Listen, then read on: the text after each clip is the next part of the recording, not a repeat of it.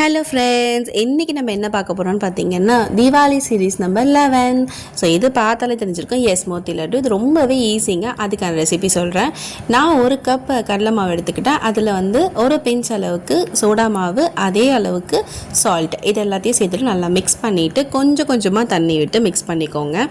So இதோடைய பதம் பார்த்தீங்கன்னா ரொம்ப தண்ணியாக இருக்கக்கூடாது, ரொம்ப திக்காகவும் இருக்கக்கூடாது. நான் எடுத்து உங்களுக்கு காமிக்கிறேன். கொஞ்சம் கொஞ்சமாக ஊற்றி நல்லா மிக்ஸ் பண்ணிக்கோங்க, நிறைய ஊற்றிடாதீங்க. இந்த மாதிரி தாங்க இருக்கணும். ஸோ இந்த மாதிரி எடுத்து ஸ்பூனில் ஊற்றும் போது இந்த அளவுக்கு தண்ணியாக இருக்கணும். அடுத்து பார்த்தீங்கன்னா எண்ணெய் நல்லா சூடானதுக்கப்புறமா இந்த மாதிரி ஒரு ஸ்பூன் வச்சு அந்த கடலை மாவை நம்ம ஊற்றிக்கலாம். நம்ம வந்து பூந்தி மாதிரி கூட போடலாம், பட் இது ரொம்ப பெஸ்ட்டான வே. இந்த மாதிரி ட்ரை பண்ணி பாருங்கள், ரொம்பவே சூப்பராக வரும். ஃபர்ஸ்ட் டைம் ட்ரை பண்ணுறவங்களுக்கு கூட ஈஸியாக வந்துடும். அவ்வளோ சிம்பிளான மெத்தட் இது. இந்த மாதிரி ஊற்றிட்டு இது ரொம்ப நேரம் விடக்கூடாது, கொஞ்சம் நேரத்துலேயே எடுத்துடணும். அது உள்ளே இருக்கிறதுலாம் வெந்துட்டாலே போதும், ரொம்ப கிறிஸ்ப் ஆகிற அளவுக்கு விடாதீங்க. பூந்தி போட்டு பண்ண தெரிஞ்சவங்க அப்படி பண்ணிக்கலாம், அப்படி தெரியாதவங்க இந்த மாதிரி பண்ணிக்கோங்க. ரொம்ப சிம்பிளாக இருக்கும். இப்போ நான் இதை உங்களுக்கு புட்டும் காமிக்கிறேன். உள்ளே பாருங்கள் எவ்வளோ சாஃப்டாக வெந்திருக்குன்றது. இதில் மெயினான பாயிண்ட் என்னென்னா, நம்ம ஃபர்ஸ்ட் இதை ஆற விட்டுறணும். அதுக்கப்புறம் தான் மிக்ஸி ஜாரில் சேர்த்து இந்த மாதிரி அரைச்சி எடுத்துக்கணும். இப்போ பார்த்தீங்களா, நம்ம பூந்தி லட்டுவில் எப்படி குட்டி குட்டியாக இருக்கும் அந்த மாதிரி ஆயிடுச்சு.